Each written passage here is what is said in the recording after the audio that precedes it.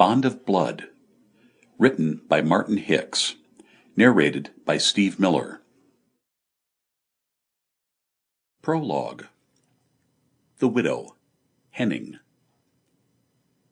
The June sun cast the early afternoon tree shadows only part of the way across the dead-end street which led east from the Edwards Ferry Road, and there was no suggestion of a breeze to disturb the air and cool the day.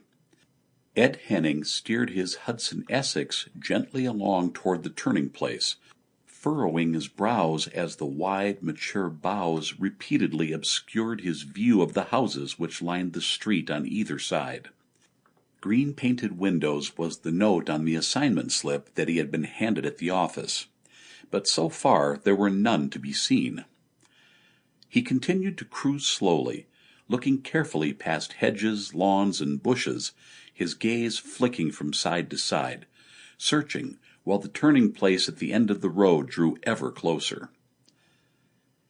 The drive out from Washington had been pretty uneventful, once he was clear of the city, with traffic thinning quickly on the Virginia side of the Potomac. He had opted to cross at Georgetown by the Aqueduct Bridge onto Roslyn, accepting the congestion there, because of the inability of the old bridge to cope with the traffic and the continuing delays due to the final stages of building work on its replacement.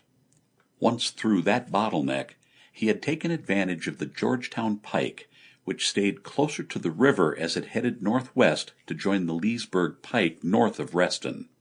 It was welcome enough to get an out-of-town job, especially one that involved a drive of some length into the countryside of northern Virginia in his new automobile during the hottest period of the day. Now, however, with his arrival at Leesburg, the recreational part of the assignment was at an end, and, having taken the right turn off East Market Street northward toward the river, his pace had necessarily slowed as he searched for the correct side road. The heat in the car had thus built steadily as he drove slowly up and down a succession of dead ends, and he could feel the moisture of his sweat gathering on his lower back inside his shirt, making the cotton adhere to his skin as it grew steadily damper.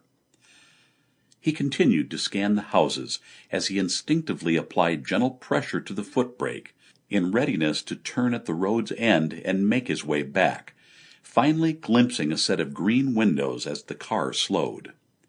He braked more abruptly and peered out of his side window at the property.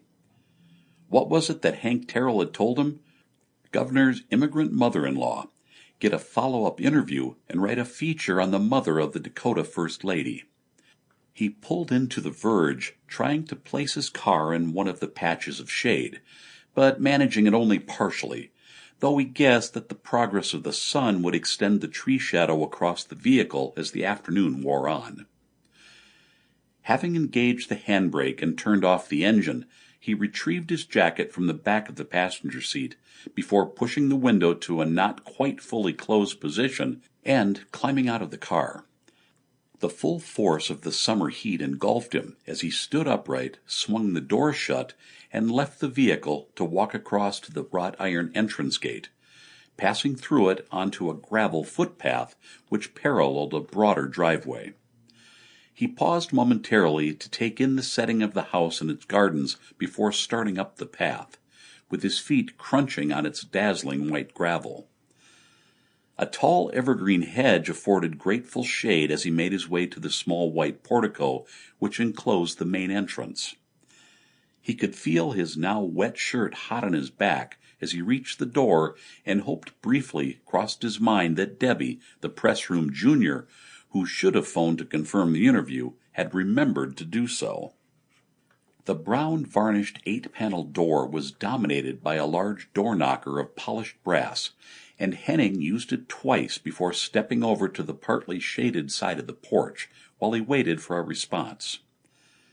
After a few moments he heard footsteps inside, and the door swung open to reveal a small gray-haired woman who wore a white apron over her dark green dress. "Yes?" she inquired. "Hi, ma'am," he replied. "I'm Ed Henning from Lives and Times." "The reporter," she returned. "Yes, someone from your magazine phoned. Do come in." He stepped inside into Sample complete. Ready to continue?